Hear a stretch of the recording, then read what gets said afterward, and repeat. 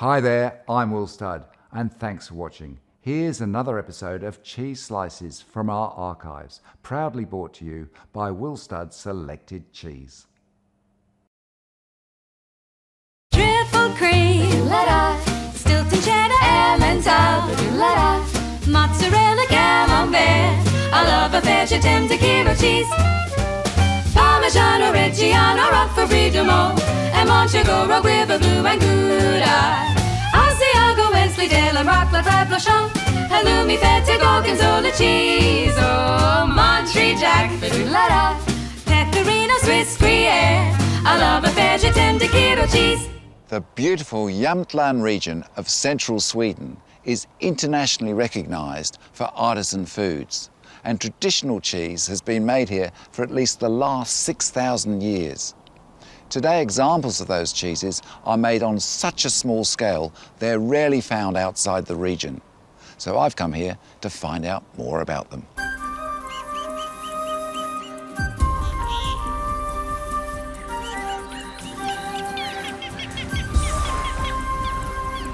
The Scandinavian Kingdom of Sweden borders Norway and Finland and has a population of 9.5 million.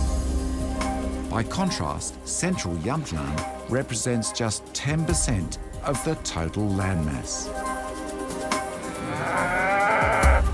Jämtland is home to almost 40% of the artisan dairies found in Sweden, and the milk of rare mountain cows, indigenous goats, dairy sheep, and even the local moose are used to make cheese here.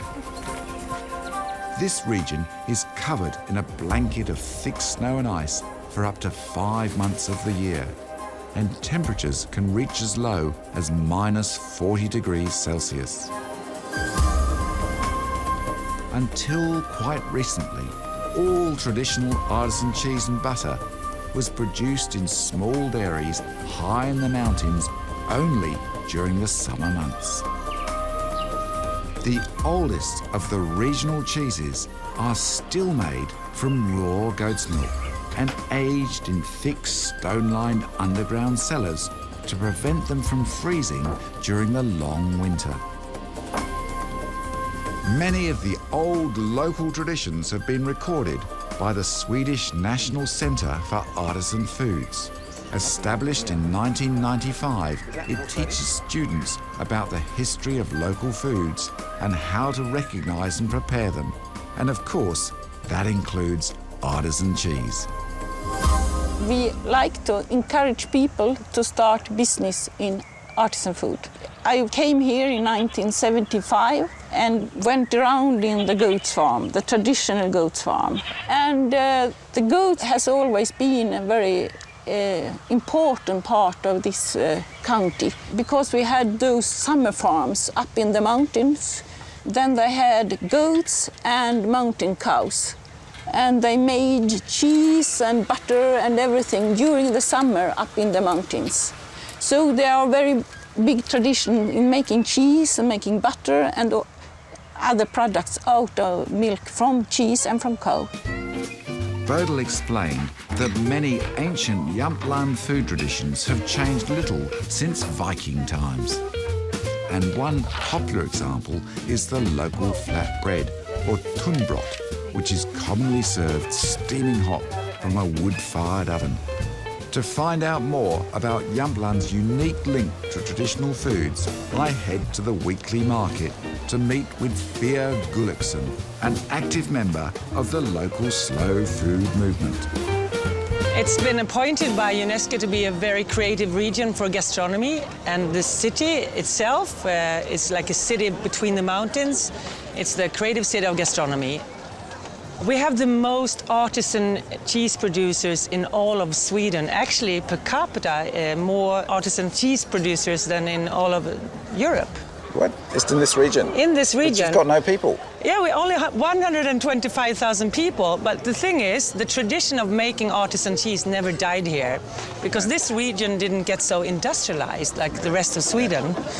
And also, you see the natural resources we have. Yeah, well, I mean, the forests, berries the growing everywhere. Yeah, fantastic. And look here. Fia is passionate about Jämtland produce, and that clearly includes local cheese.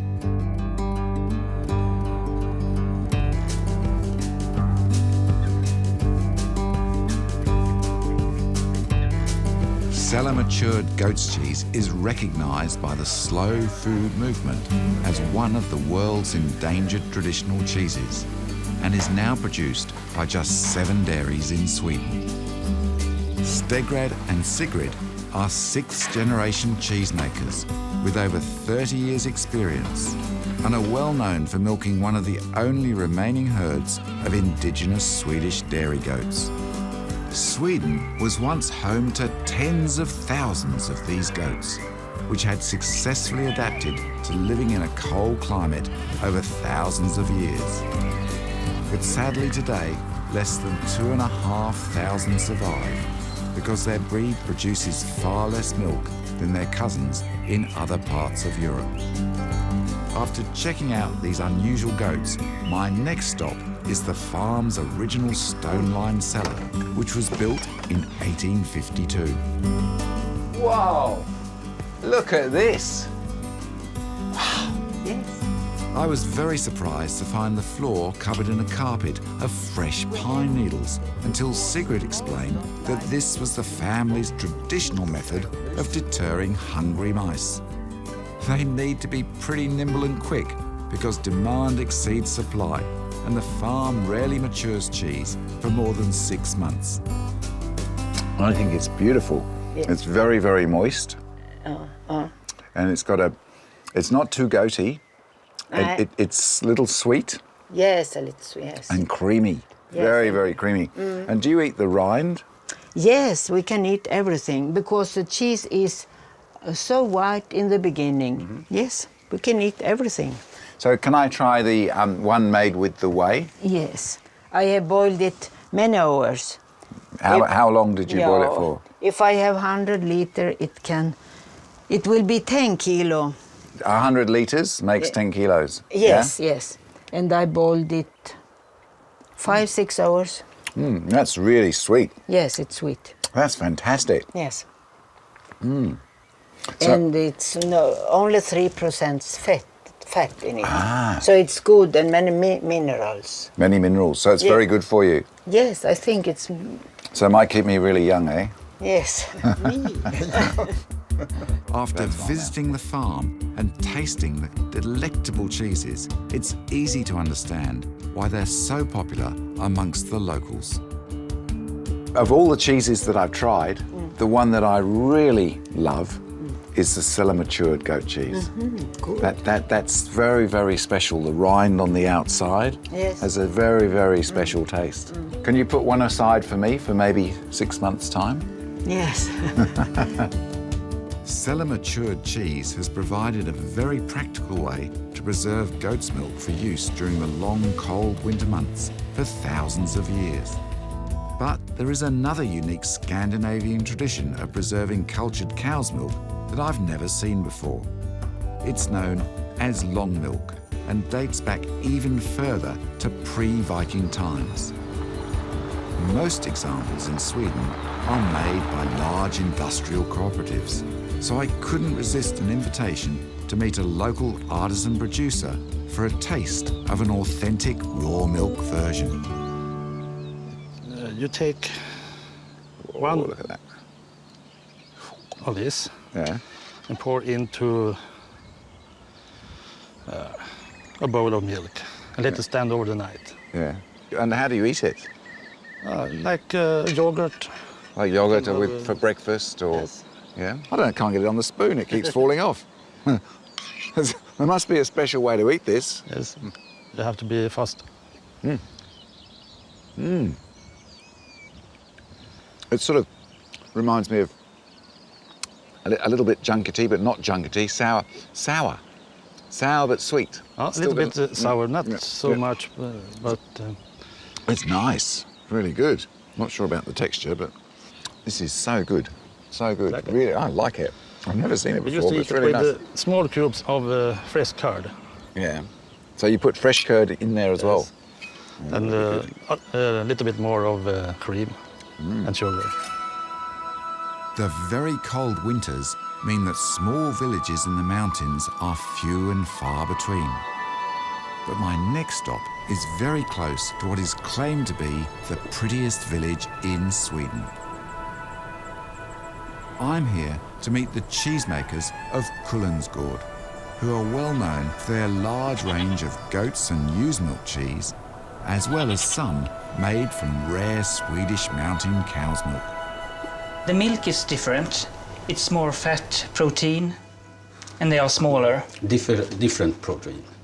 Sweet, crumbly. Yeah. It's not exactly like Parmesan because it's not so salty. It's more sweet. And do you both make the cheese? Yes, we Yeah. do. Yeah, every day? We make, it's different. Sometimes we make cheese 5 days a week. And now we make cheese once a week. Try this one, pressed cheese. It's very white compared to the Maximus. This one is made during the winter milk, so Okay. it gets white. So during the winter, what do the cows get to feed? Dry hay. That's so different to the Maximus. Yeah. Much drier, a little greener. Yeah, and it's because of the different cultures that we use. Okay. And when we make the Maximus, we heat the cheese. Yeah, so you caramelize the sugars in the milk. Yeah. Yes. And not in this one. No. Got it. Well, I hope when I come back that I find you outside there, sitting in the sun and enjoying life with lots and lots of customers here and lots of help. Thank you very much. Thank you. Thank you. Thank you. Over the past decade, a growing number of artisan and farmhouse dairies have begun making new types of Swedish cheese. And this modern dairy not far from the village of Faviken is one of the most well-known. I've arrived here during the national moose hunting season, and as you can see, the locals in these parts take this annual sport very seriously. Robert Akermo's family have been farming this property for an incredible 16 generations, stretching back over the past 700 years. These healthy-looking sheep form part of the only flock used for making cheese in the entire region. They've just spent the summer outside, and now they've been brought inside and they'll be milked all through the winter to February. And the feed they eat is this dry silage which has been mixed up with lots of lovely herbs. So was this made last year? Yeah, Okay. last August, so it's around 1 year now. Oh, fantastic. Yeah. Shall we taste it? Yeah, do that. And you actually keep your sheep in the shed and milk them just through from August to February. Yeah. Why is that? Well, sheep don't lactate that long. It's they have a shorter period of lactation 2 or 3 than months? goats. Yeah. Yeah, it's 6 months total, but we let the lambs feed 1 month first. You let the lambs have a go first? Yeah. Oh, that's nice. Yeah. How much cheese do you make a year? Total with also the cow's milk, it's 25 tons. Whoa, quite big. Well, not so big, really. No, not if you compare with. And do you ever get a break? From February till March, we call it spring-winter or winter-spring. It's really lovely. I'm talking about really lovely. This is sensational. Really good. I mean, it's classic ewe's milk cheese. It's got all that lovely moistness to it. It's nutty, it's sweet, it's slightly salty. It's incredibly rich. It's beautiful. Is it raw milk? Yes, we make all our cheeses with raw milk. Really lovely cheese. After tasting her wonderful local ewe's milk cheeses, I'm very curious to learn what else this region has to offer. One of the most iconic animals in Jämtland is the moose. And despite its popularity as a regional delicacy, I've been told that one of the locals in this region is making cheese from their herd at a nearby farm. The owner, Suni Hagmark, began his career as a moose herder after he volunteered to look after some baby moose whose mother had been killed in a traffic accident. So many tourists come to Scandinavia and they don't see the wild moose. Are they easy to look after?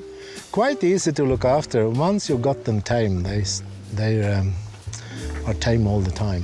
And of course, the $50 million question, do you milk them? I milk the moose cows, yes. Yeah. They really like it, so they think I'm a calf, I guess. So I can milk about 2-3 liters per time. Really? Yeah. And how much cheese do you get out of it? 2 liter milk makes 1 kilo cheese. And this moose cheese, it's very... Oh, that's it? I have a little from last year. Wow, look at that. Look at that. It's very expensive. Is it? Why? Yes, 3,000 crowns per kilo. Because we're only 2-3 milkers in the world, so right. It's... Very, very special. The most expensive cheese in the world, perhaps? They say so. It's in Guinness. There you go. In the Guinness Book of Yes. Records. Okay.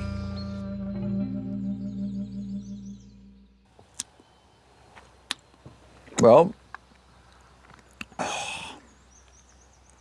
I have to say, that isn't as bad as I thought it would be. Nice. I was nervous.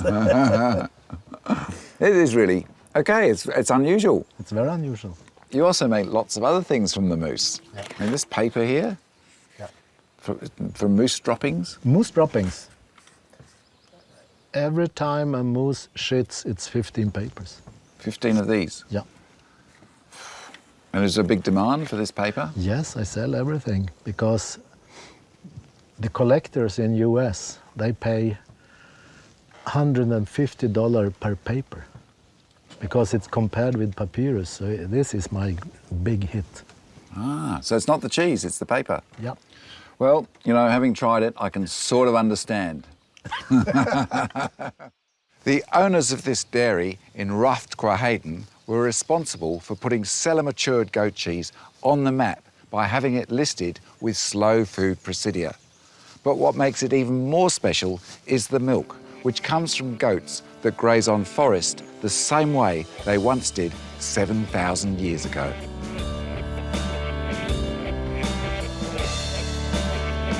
Gert Andersson and his wife Gunilla are passionate about traditional farming techniques and cheesemaking. Gert was brought up in Stockholm and studied theatre in Paris before his move to the country, which, strangely enough, was motivated by the music of Lou Reed.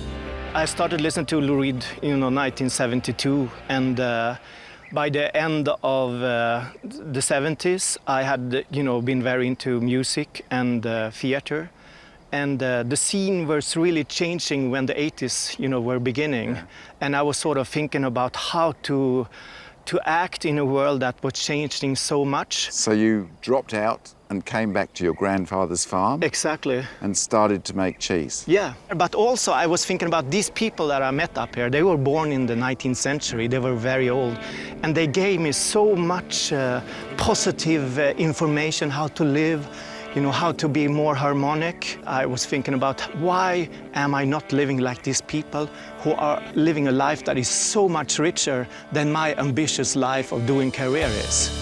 Today, after decades of hard work, the couple have finally achieved their dream of running a successful dairy farm using only traditional techniques. During the warmer months, the herd of 120 goats freely graze in the swampy forests and grassland near the farm. These are full of local shrubs, herbs and flowers, which are ingested by the goats and provide a unique flavour to the farm's raw milk goat's cheese. What I think about this is that it's all European, because when we see this landscape, it's exactly the landscape that were in southern France for 30,000 years ago.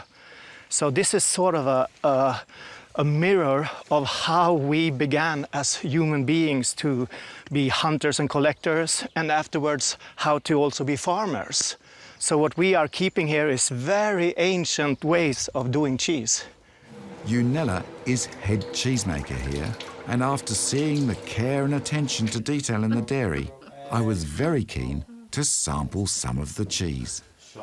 Sometimes you can have a cheese that comes from a cellar with a lot of, black molds, mucor, and then it isn't that good. But these molds, I think, is, very tasteful. It's actually got Have you ever had any of the Camberti mould in there? Yeah.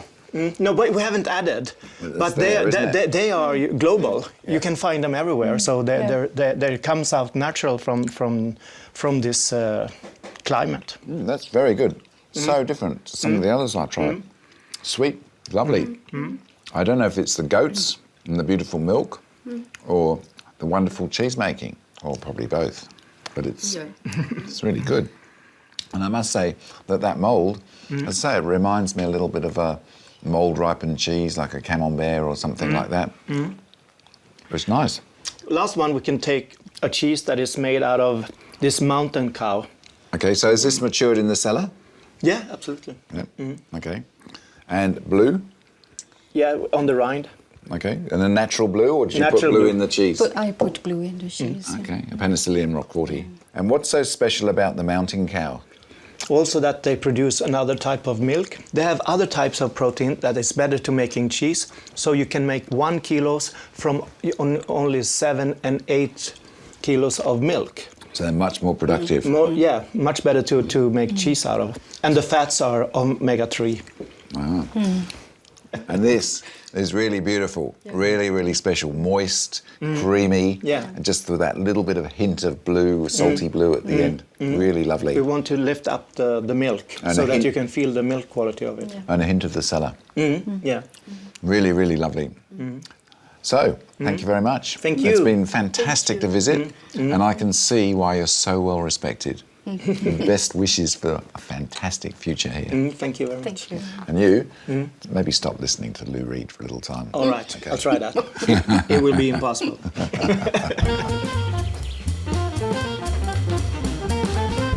The artisan producers in this unique, isolated region of central Sweden are gradually becoming internationally recognised.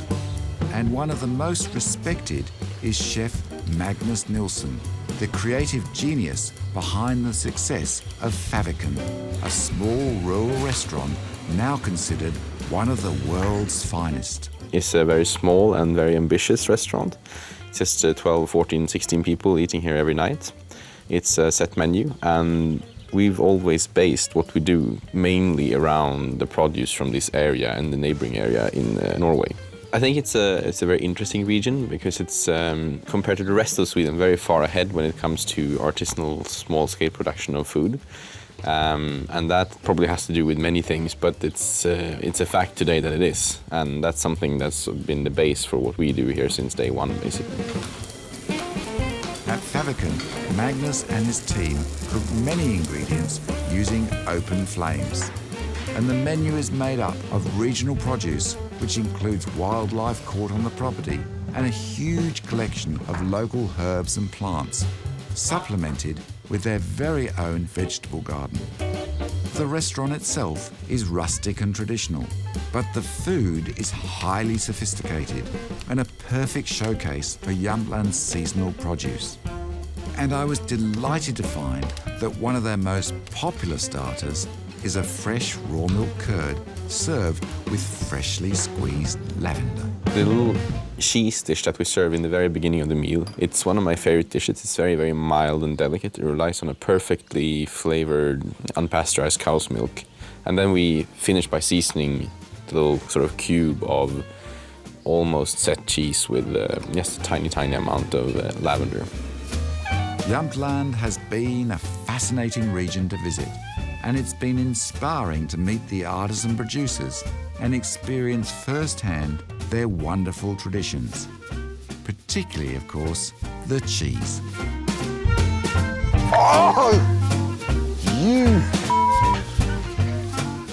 Cheese slices Sweden. Cheese slices Sweden. Cheese slices Sweden. Oh, cheese slices Sweden. But what I can't get over is its sense of isolation. You really...